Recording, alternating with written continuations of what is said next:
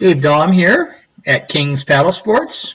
We're looking at a King's 12.6 carbon fiber AC racing board. And this board is so fun. This is the culmination of about 10 years of development. And we're constantly mixing the board up a little bit to find a little bit more speed, a little bit better drafting, higher performance. And as we examine this board, I'll attempt to describe the various features of this board and how they benefit you, the paddler. First of all, I'll start with the sunken cockpit. And if you'll notice, your feet are sunken down into the tray. A lot of boards do not have this ridge running around the edge. It does a couple things. First of all, it gets your center of gravity down lower, adding to your stability. Secondly, it gives you a ridge to press up against if you're in a wide stance and need something to register your feet against. In addition, these ridges running along the edge work as a structural reinforcement member, a gusset of sorts, that adds a tremendous amount of stiffness to the overall design. As we examine the nose of this board, you'll notice that it has a downturned, piercing bow.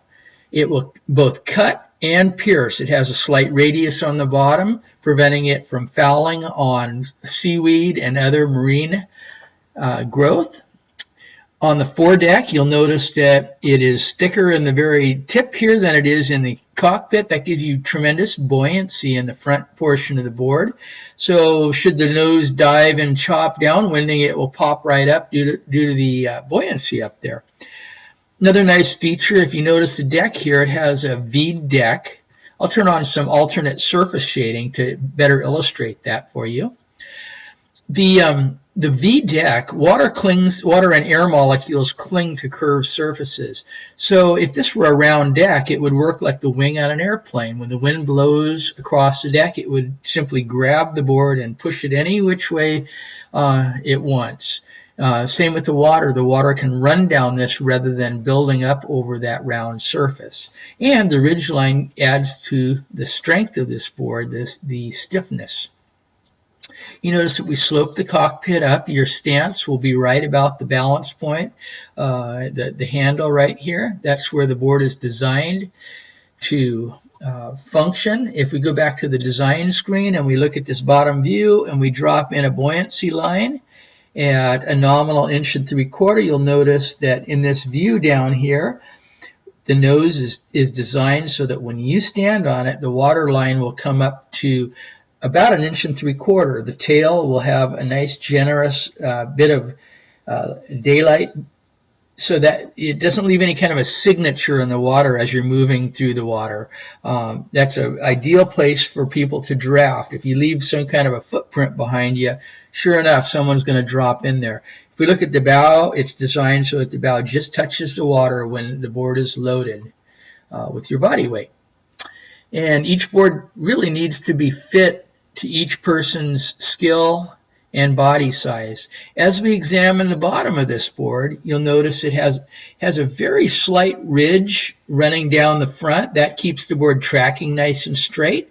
And then as we move back, it's slightly rolled, moving through into the mid portion where you stand. That roll is ever so slight. It's only about an 1/8 of an inch of gap on the edge for that roll. And then as we move back, we carry that curve all the way through, and it breaks into an ever so gentle V running off the back of the board. And it allows the board to be both a rough water and a smooth water friendly race board. Boards generally weigh between a low of 14 pounds and a high of 22, depending on the volume. The vacuum bagging process allows us to consolidate the foam in the foam core with the carbon fiber fabric using resin as the adhesive. In practice, when we vacuum bag the carbon to the core, what we do is we create a differential pressure between the atmospheric pressure surrounding the bag and what's inside of it. And then the net result is we consolidate the foam, the fabric, and the resin into one homogeneous structure. That was a mouthful. And we're always excited to received questions on how these boards perform, and we've won numerous races around the world on this. We have boards all through Europe, Tahiti, even in the Middle East. We have a dealer in Tel Aviv, all along the eastern seaboard of the U.S. and the West Coast. These boards are incredibly popular, and we'd love for you to jump on one and see how they go. Again, this is Dave Daum, King's Paddle Sports. Thanks for watching.